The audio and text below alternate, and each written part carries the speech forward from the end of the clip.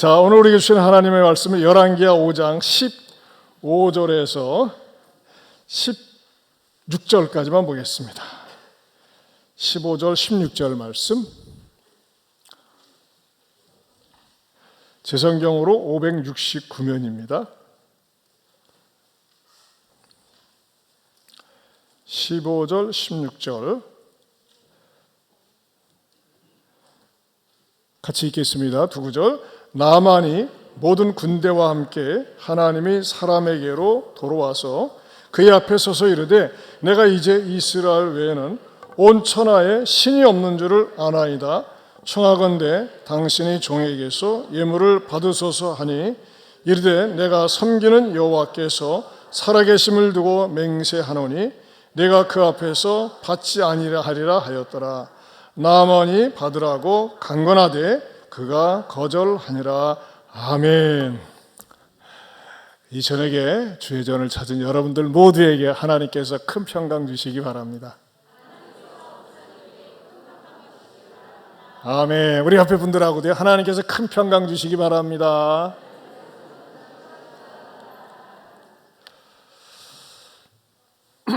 오늘은 열왕기하 강의 49번째로 거절의 영성이란 제목을 가지고 강의 설교를 준비했습니다. 지난 시간에는 15절에 그 나만이 자기가 나병을 고침받고 나서 그 신앙 고백이죠. 그 15절 중간에 내가 이제 이스라엘 외에는 온 천하에 신이 없는 줄을 아나이다. 모든 사람들은 자기 나라에 고유한 종교가 있고 고유한 신이 있다고 그렇게 생각을 한다고 그랬습니다. 그러나 우리 기독교인들이 믿는 신앙은 무슨 신앙입니까? 한번 따라서 창조주신앙, 창조신앙. 이게 다른 종교하고 천양지차가 있는 것입니다.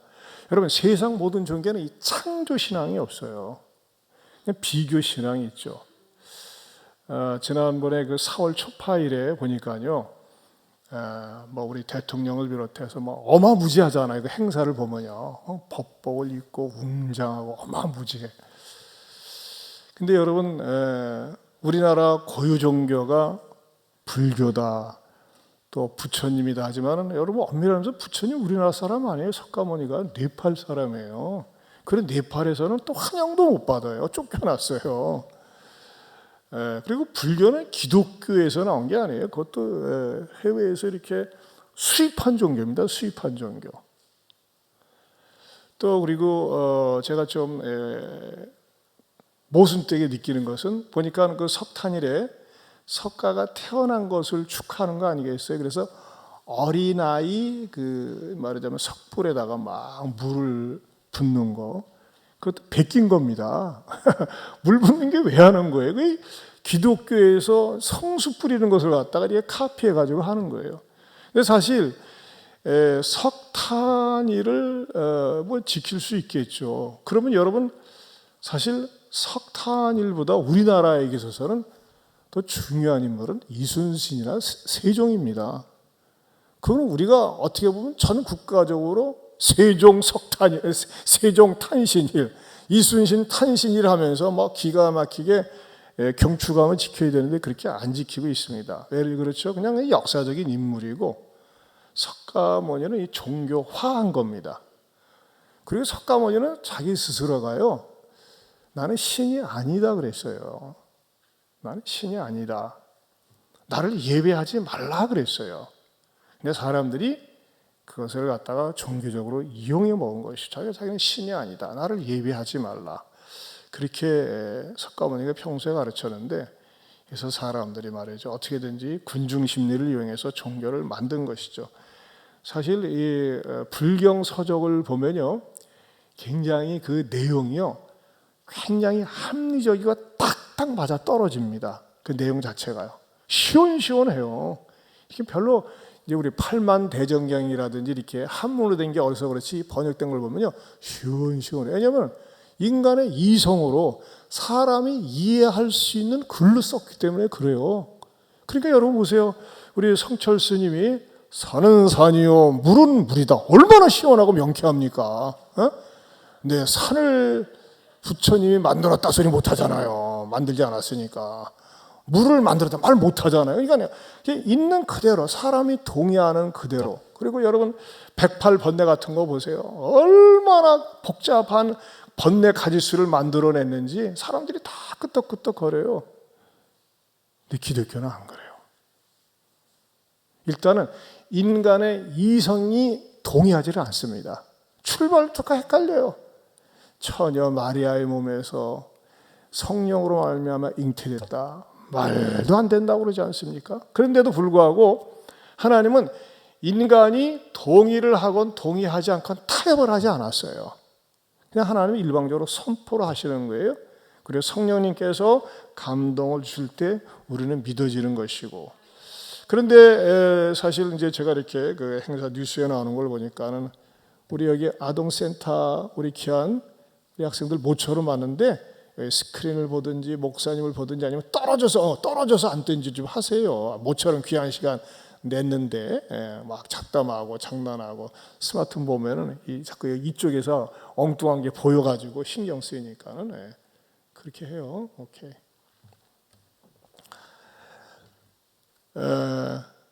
사실 부처는 몇 살에 죽었죠? 기억나세요? 80살에 죽었어요. 80살. 참 장수했어요. 그렇죠? 굉장히 장수한 분이에요. 그런데 그 뭐 석탄일이라고 그래가지고서 그가 이렇게 태어난 날을 막 축하하고 가지만 저는 그래요. 죽은 고인입니다. 고인. 고인을 한다는 귀신을 섬기는 거거든요. 근데 여러분 사람은 태어난 날 못지않게 중요한 게 그 사람이 어떻게 죽었느냐. 죽는 날도 우리가 보통 우리는 추모 예배라고 그러잖아요. 추모 예배. 왜 죽는 날은 도무지 얘기를 안 할까요? 석가모니가 어떻게 죽었다는 것에 대해서는 거의 가르치려고 하지를 않습니다. 왜 그럴까요? 석가모니의 죽음은 굉장히 좀 비참하게 죽었습니다. 그 나이 드신 어른이니까 80대신 어르신이 맨날 돛 닦으면서 말이죠. 속을 비우고 속을 비우고 생각을 비우면서 해가지고 마지막에 그 나이 드셔가지고 한 40일 동안 단식을 했어요. 그러면 여러분 이게 40일 동안 뭐 금식을 하면요.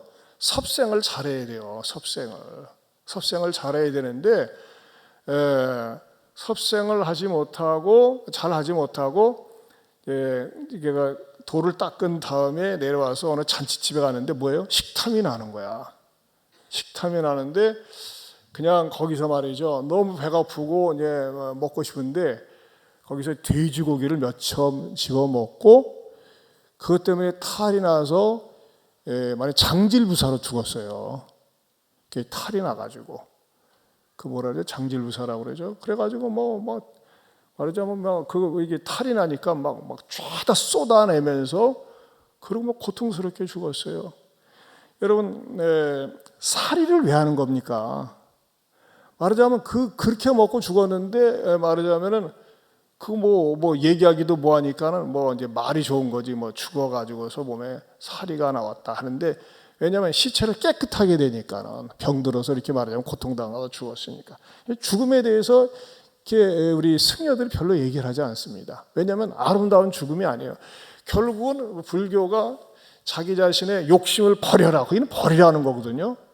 그러나 여러분 사람이 자기 자신을 하나님을 의존하지 않고 버린다고 하는 것은 불가능합니다. 우리는 버리는 게 아니라 채우는 겁니다. 나는 내려놓고 성령을 채우는 거예요. 그럴 때 내가 온전한 그리스도인이 되는 건데 거기는 버려라 하면서 막상 결정적인 순간에는 버리지 못하고 그러다가 비참하게 죽었어요. 나는 이걸요 우리 총신 신대원 다닐 때 그 동국대학교 목탁과 나온 또 이렇게 스님한테 직접 들었어요. 내가 이렇게 스님이 이렇게 죽었다고 들었는데 사실이냐고 말이지. 이게 나중에 돛 닦다가 그냥 이렇게 배가 고파서 잔치집에 가서 돼지고기 몇 점 먹고 그냥 설사병 나서 죽었다고 하는데 사실이냐고 하니까 그 스님 전도사님이 나한테 한 말이 그거예요. 전도사님이 쪽팔리지만 사실입니다 그러더라고. 그런 걸 얘기해요. 생전 석가모니 죽음에 대해서는 생전 얘기하지 않습니다. 그러나 우리는 뭐예요?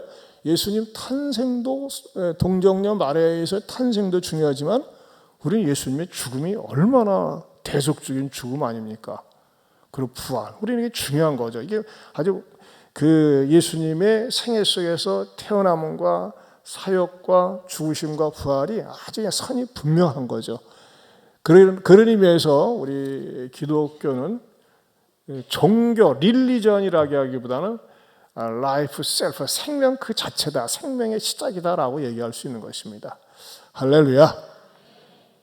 자, 오늘 본문에서 조금 약간 이해할 수 없는 거가, 생각을 해보세요.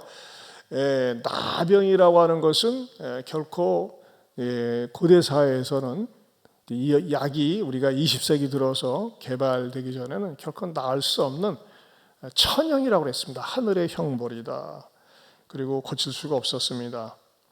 그런데 이 나아만이 엘리사를 만나서 엘리사가 지시하는 대로 요단강에 가서 몸을 씻었더니 깨끗하게 나았다. 이게 얼마나 고맙겠어요. 안 그렇습니까? 이야, 이거 정말 내가 이 병 앓다가, 사실 이스라엘 왕 가운데 우시아 왕도 나병에 걸려가지고서 평생 고생하다가 나중에 죽었거든요. 왕마저도.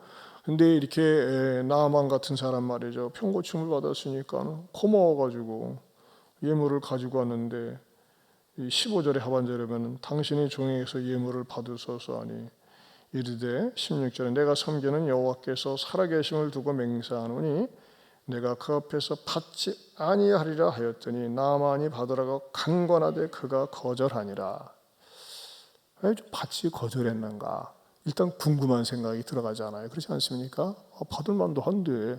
자, 여기에는 말이죠, 제가 생각할 적에 거절의 영성이 있다고 하는 것입니다. 여러분, 또 우리는요, 이렇게 이분법적으로 생각해서 누가 이렇게 사랑을 표시하거나 선물을 주는 거, 아니야! 받으면 안 돼! 그건 좀 제가 볼 적엔 극단입니다. 오늘도 제가 깜짝 놀란 게, 어저께 우리 교회에서 청대부에서 열심히 활동을 하다가 이 친구가 김윤식 형제라고, 우리 오래전에 보니까 5년 전에 간증했는데 뜬금없이 어제 문자가 왔어요. 목사님, 제가 내일 좀 찾아뵈도 될까요? 점심때. 그래서 오라고 하는데 말이죠. 이 친구가 누굽니까? 중앙대학교 컴퓨터학과 3년 다니다가 원대 의대를 다니고 지금 3번에서 에일키즈라고 하는 청소년 의학과 병원을 운영합니다. 근데 코로나 때문에 진짜 고생을 많이 했더라고요. 근데 참 이 친구가 얼마나 하나님 앞에 충성을 하는지 그 지금 송도에 있는 온누리교회 분원교회가 있어요. 거기에서 매주 화요일마다 새벽기도 싱어로 봉사를 한대요. 화요일날 새벽에. 이야. 그리고 구역장을 하지, 또 수요일날 찬양단 섬기지. 병원은 3번에 있거든요. 집은 송도에 있고 또 인천에 있는 교회를 다니고 얼마나 복잡하겠어요. 근데 그렇게 충성하고 헌신하는 얘기를 들으니까는 와, 정말 부러울 정도로 감동이 되더라고요. 근데 이제 하나님께서 이제 간증을 하는 거예요. 하나님께서 이 코로나 때문에 안 어려웠어요. 왜요, 목사님? 그렇지 않아요. 병원들, 내과 병원들 같은 경우는 문 닫은 데가 많거든요. 자기도 그 병원 거기서 하는데 집 주인이 또 임대료를 인상시키더래요. 그러니 정말 너무 힘들었죠. 그 보니까는 제가 2017년도에 만났을 때 메모해 놨었는데 그때만 해도 직원만 12명이었거든요. 보니까는 저는 원대 나오는데 의사들이 한림대, 이화여자대, 서울대 이렇게 출신 의사들을 이렇게 같이 더불어서 일을 하면서 그렇게 했었는데 임대를 올려달라고 하니까 하나님, 제가 이렇게 하나님 앞에 충성하고 봉사하면서 열심히 주님 위해서 살고 싶은데 어떻게 하면 좋은가요? 하면서 막 답답해서 기도하고 있는데 자기 건물 앞쪽에 그 4층에 공실이 나 있더래요. 그게 몇 평이냐, 내가 매매는 60평 정도 되는 67평. 그걸 갖다가 말이죠. 오랫동안 이상하게 비어져 있었는데 못 봤었대요.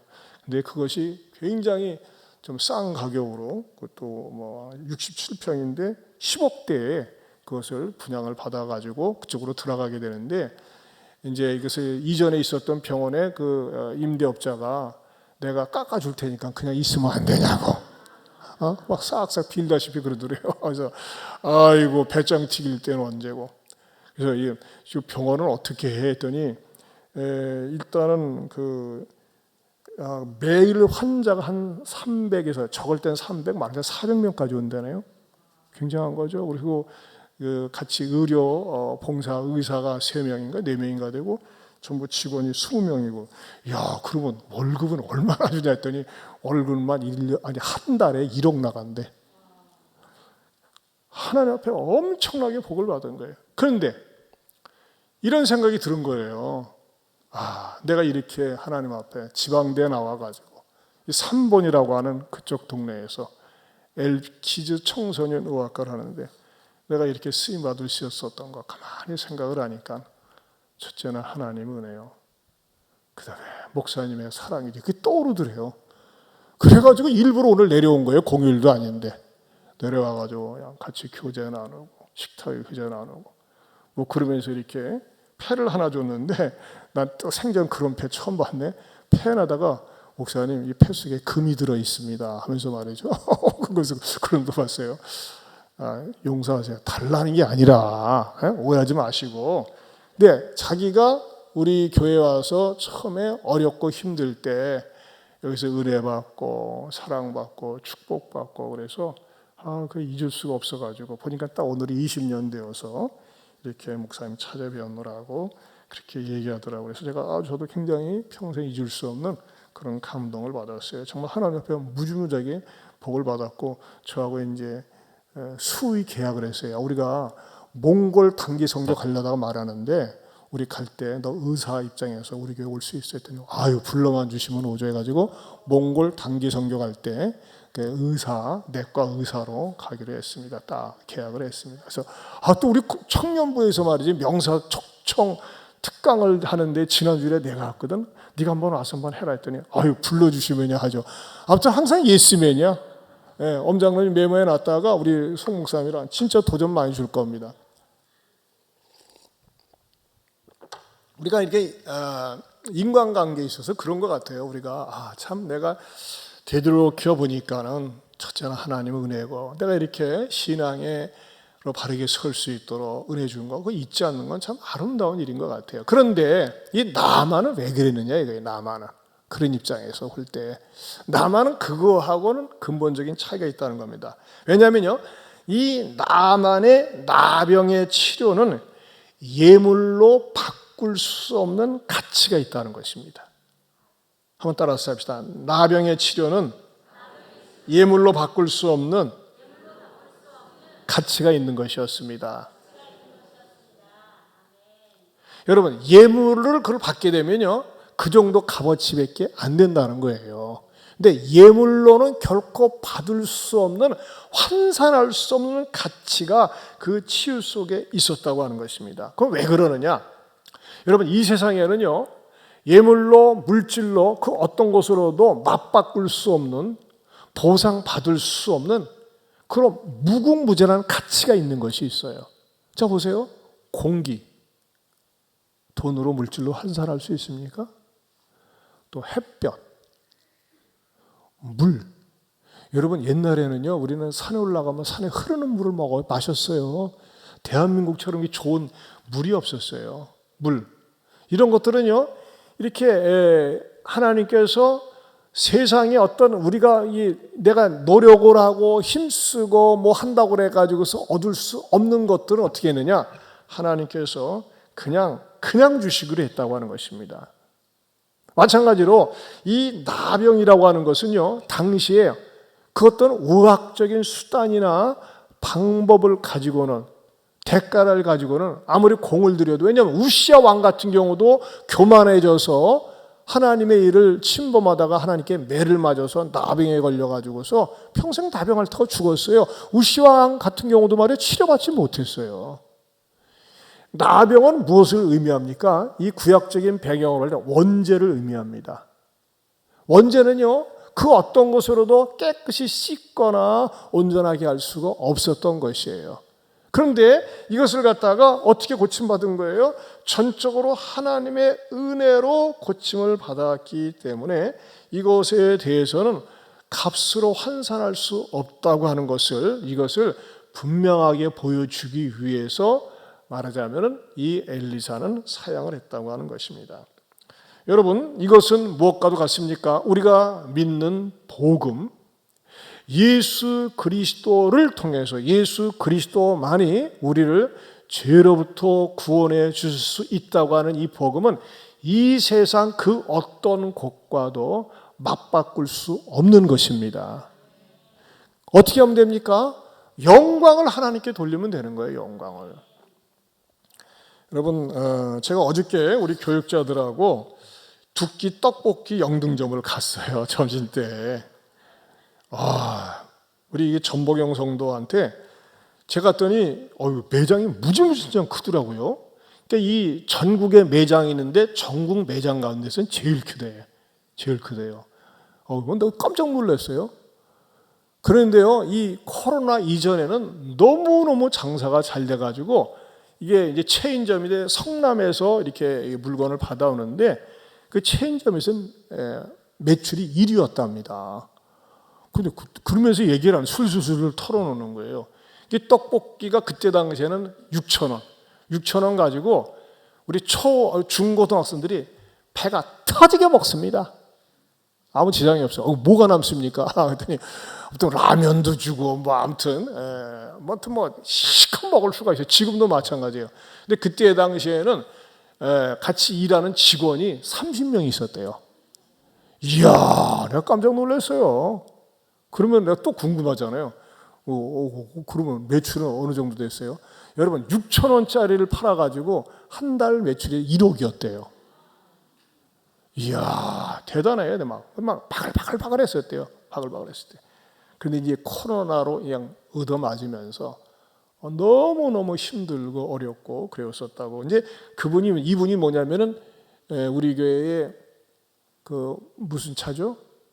대추 우려서 먹는 차를 갖다가 처음에 제공했던 분인데, 우리 이제 김은덕 집사님하고 권사님하고 임권사님하고 소개를 해서 제가 처음 만나는데, 이분이 딱 만나자마자 하는 말이 그거예요. 목사님 때문에 나를 울게 했잖아요. 그 말을 하는 거예요. 그게 무슨 말이냐? 벌써 한참 지났는데도 불구하고 막 눈물을 또 글썽거리는 거예요. 목사님이 저를 만나가지고 무슨 얘기했는지 아시죠? 나 죄인이라고 그랬잖아요. 죄인이라고 그랬잖아요. 저는 이제 처음 이분이 만나가지고 우리 교회에 대추차 이렇게 우리는 거 알려주면서 일단 처음 이분에 대한 얘기를 다 듣고, 굉장히 성실하고 또 열심히 사시고 또 중년에 정말 아름다움이 있어요. 그래서 다 들어드린 다음에 제 말씀 다 하셨죠. 이제 제가 좀 말씀 좀 드릴게요 하면서 차곡차곡 복음을 전했어요. 그러면서 제가 막판에 가서는 꽉 집어서 얘기를 했어요. 자매님이 제가 볼 적에는 참 부지런히 성실하게 사신 것 같아요. 그러나 자매님이 예수님을 믿지 않으면 반드시 심판받고 지옥 갑니다. 전 별로 죄 지은 게 없는데요. 저는 열심히 살았는데요. 맞아요. 인정합니다. 열심히 사신 것 같아요. 부지런히 사신 것 같아요. 그런데 이 세상에서 가장 무서운 죄가 무슨 죄인 줄 아십니까? 그것은 하나님을 믿지 않고 산 죄입니다. 하나님을 거부하고 산 죄입니다. 그 점 인정하실 수 있겠습니까? 인정한대요. 그렇다면 자매님은 하나님 앞에 버림받고 지옥에 갈 수밖에 없는 죄인입니다. 그러나 예수님이 나의 죄를 위해서 십자가에 죽으셨음을 믿고 받아들일 때 지금까지 오랜 세월 동안 믿지 않았던 그 모든 죄가 깨끗이 용서받을 수 있습니다. 그랬더니 말이죠. 이분이 엄청나게 긴장을 했다가 싹 풀리고 기도할 때 그렇게 눈물을 흘리는 거예요. 그래서 저는 거기에서 이 복음의 능력 위대성을 발견했어요. 그래서 이분이 만날 때마다 목사님이 나 죄인임을 가르쳐 주셨잖아요. 그거예요. 여러분, 이분이 죄인이 아닌 것처럼 살았어요. 정말 굉장히 부지런히 사셨어요. 뭐 지금도 보니까요, 아침 일찍부터 저녁 늦게까지 장사를 하는데 건강도 하신 것 같아요. 그래가지고 뭐 가정 예배를 드려달라고 하는데 서로 이제 시간 맞추기로 했어요. 그랬는데 말이죠, 막 우리 이제 교육자들이 가니까 너무너무 좋아서 어쩔 줄을 몰라 하시더라고. 근데 제가 그랬어요. 우리 자매님이 신앙의 기초를 잘 다지셔야 돼요. 예배 때마다 너무나 말씀이 귀에 들어오고 너무너무 좋대요. 근데 새가족반부터 차곡차곡 하셔서 성경을 꼭 마가복음을 읽으시고 잠언을 읽으시고 하면서 이렇게 또 개인 양육도 하고 그랬어요. 근데 여러분, 제가 이 전보경 이분을 만나서 한 가장 중요한 게 무엇일까요? 이분의 영적인 나병을 치유해 준 게 무엇이죠? 당신은 죄인입니다. 여러분, 죄인임을 분명하게 인식하게 하고 자기가 자백하게 하고 죄의 필요성을 고백하게 할 때, 그리고 거기에 예수님을 소개하고 예수님을 믿게 될 때 이 사람 말이죠, 마치 나만이 나병에서 고침받은 것처럼 치료받는 역사가 일어나는 줄로 믿습니다. 자, 이런 분들에게 무엇을 바라겠어요? 이런 분들은 어떻게 됩니까? 하나님 앞에 나와서 예배드리도록 하고 하나님 앞에 나와서 하나님을 높이도록 하고 하나님을 찬양하면서 살도록 하는 겁니다. 근데 이제 코로나가 이렇게 해제되면서 지금 이제 가격이 뭐 9,000원, 10,000원으로 이렇게 초중학생들은 9,000원하고 이제 10,000원 이렇게 한다고 하는데, 여러분도 이렇게 기회가 주어지면은 한 번쯤 방문하셔서 예안교회에서 오셨다고 하면은 굉장히 좋아하리라 생각을 합니다. 여러분, 저는요, 이분을 뵈면서 목사님이 나한테 죄인이라고 하셨죠. 근데 이상해요. 그 말을 하면서도 눈물을 글썽거려요. 그게 뭐예요? 자기가 죄로부터 예수를 만나서 구원받았다는 사실에 대해서 그냥 아직도 이게 말하자면 그 뜨거운 가슴이 있는 거예요. 여러분, 저는요, 저와 여러분들이 말이죠, 이 세상 어떤 것으로 값을 매길 수 없는, 또 줄 수 없는, 마치 엘리사가 나만으로 하여금 요단강에 가서 씻으라 한 것처럼 말이죠, 이 세상에서 우리 죄를 씻을 수 있는 유일한 분은 예수님밖에 없음을 여러분들이 전하고 가르치면서, 여러분들 주변에서 그 말을 듣는다면 그것처럼 영광이 어디 있겠어요? 내가 당신을 만나서 하나님 앞에서 죄인이라는 사실을 발견하게 되었고 구원받게 되었습니다. 그럼 고백을 제3자로부터 듣는다면요, 그것처럼 이 세상에서 최고의 영광이요 감사 제목은 없는 줄로 믿습니다.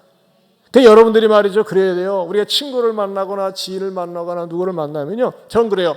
누가 저를 만나자고 하면 반드시 그 말미에 예수님을 꼭 소개합니다. 저희 둘째 딸이 드디어 결혼할 남친이 생겼습니다. 근데 전에 말이죠, 여러 남자애들을 만났는데 다 스펙들이 좋아요. 부족한 게 없어요. 근데 딱 마음에 걸리는 것은 신앙생활을 안 하는 거예요. 저는 그럴 때마다 아이한테 항상 실망감을 보였어요. 아니다, 너 몰라서 그렇지. 아무리 너한테 잘해주는 것 같지만, 잘해줄 것 같지만 내가 속는 거고, 반드시 불신자하고 결혼을 하게 되면은 고난이 기다리고 있고 고통이 기다리고 있다. 다시 생각해라 하면서 말이죠, 계속 사양을 해왔는데, 이번에는 말이죠, 하나를 만났는데 옛날에 교회 다니다가 그만뒀대요. 그래? 그래서 제가 만나서 그랬어요. 이름이 송준경입니다. 준경이. 그래서 송군, 자네 둘이 내 딸하고 만나서 결혼을 하고 싶은가? 네, 하고 싶습니다. 나는 신앙생활을 꼭 해야 되네. 그렇지 않으면 두 사람은 다 이렇게 행복하게 못 살아. 그러면서 권면을 했는데 참 저한테 너무너무 기쁜 일이 있었어요. 뭐냐면요, 사랑의 교회 나가서 새가족반 7주 과정 마치고 다 마친 다음에 간증까지 했다는 사실입니다.